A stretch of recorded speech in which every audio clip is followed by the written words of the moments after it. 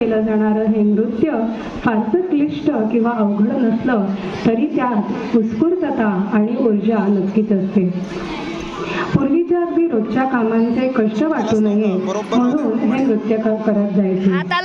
अगदी आता बघा ना, शेतीसारखं जे अवघड काम आहे म्हणजे पेरणी, नांगरणी, मळणी आणि हे सगळं करताना वरुण राजाची चिंता करणं, या सगळ्यातून कुठेतरी विरंगुळा मिळावा म्हणून शेतकरीही 2 क्षण नृत्यात रमायचे आणि हे कष्ट, ही चिंता विसरून ते आनंदाने नृत्य सादर करायचे आणि मग त्याच आनंदात जोमाने कामालाही लागायचे. पाहूया शेतकरी नृत्य.